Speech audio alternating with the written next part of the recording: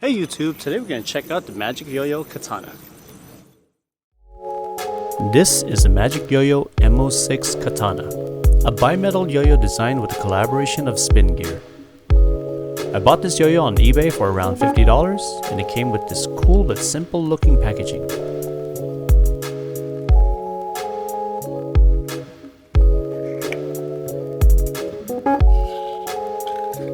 Looks like it also came with one string. So I've been looking for this yo-yo for almost a year.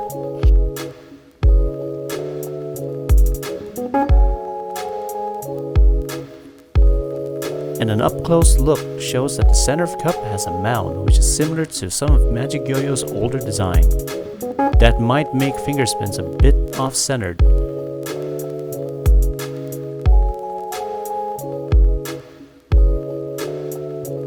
And there's a small taper as we start to go mid-body. Since there's no hook lip, this taper may be the only way to catch thumb grinds. Both sides has a simple laser engraving design within the semi-gloss cup area, while the profile sports a blasted finish. The katana comes in at 66 grams in weight, 55 millimeters in diameter, 43 millimeters in width, and has a 4.3 millimeter string cap.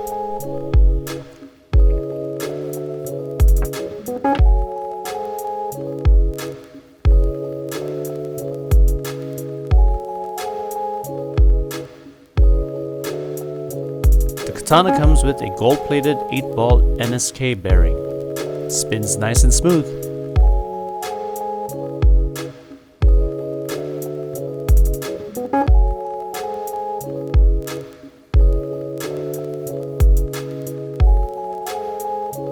So let's put this together and see how it plays.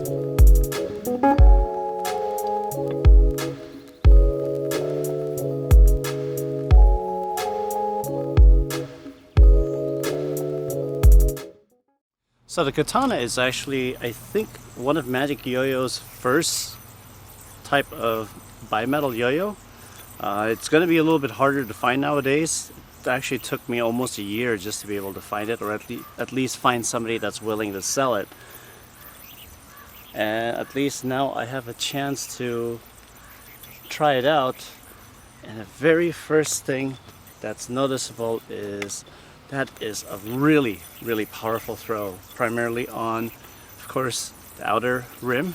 It's very heavy. It has a kind of a V-shaped profile. I don't mind the shape. Some people may not. The bimetal rim is actually takes up a good portion of the profile. I think that's what allows it to have that weight distribution really heavily outside on the rim. It's got a nice finish. Although the thing is that since the bimetal rim is taking up quite a bit of real estate on the profile, it might sometimes catch on there from time to time. So you're gonna have to be very careful on your finger grinds or even body grinds. The center of the cup has kind of a mound, so I don't know how it's gonna perform in finger spins. I'm almost getting there, so I got to practice a bit more for finger spins to at least be able to get it back to my hand. There is a slight taper near the center of the cup of the rim, so that might be the only place where you'd be able to do a kind of a thumb grind, but it's very hard to at least get it to catch in that area. Since the yo-yo isn't very wide and a lot of the weight distribution is on the rim, it's also kind of heavy, so let's see how it plays in horizontal. So I'm gonna have to say it's a little bit hard because of the weight. It does really weigh it down, and if you're gonna do your side style, you're gonna have to do it, I guess, pretty fast. Whew. Oh wow. Let's check out the vibe.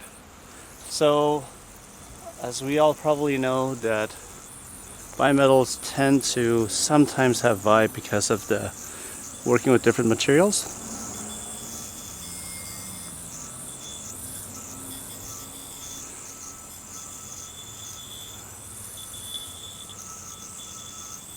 So this isn't too much different. There's a tiny amount of vibe where this ring meets the edge of the rest of the yo-yo. Overall, this yo-yo is very heavy.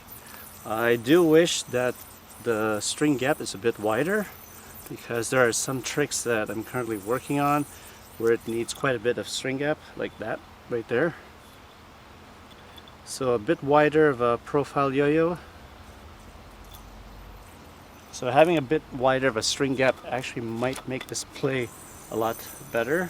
But overall, this is a very smooth, very powerful yo-yo. I'm definitely not gonna make this as an everyday carry, since this isn't being sold anymore, but it's definitely one that would be really cool to at least add to your collection, just more like a collector's thing.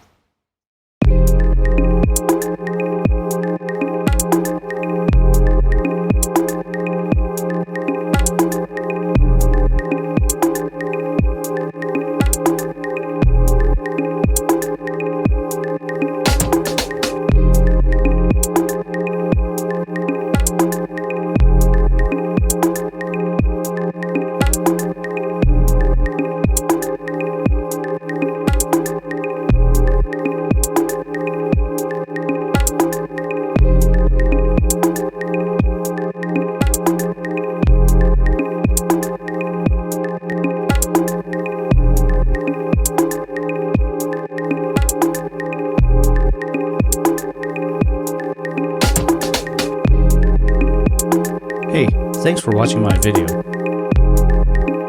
Don't forget to like, subscribe, and comment.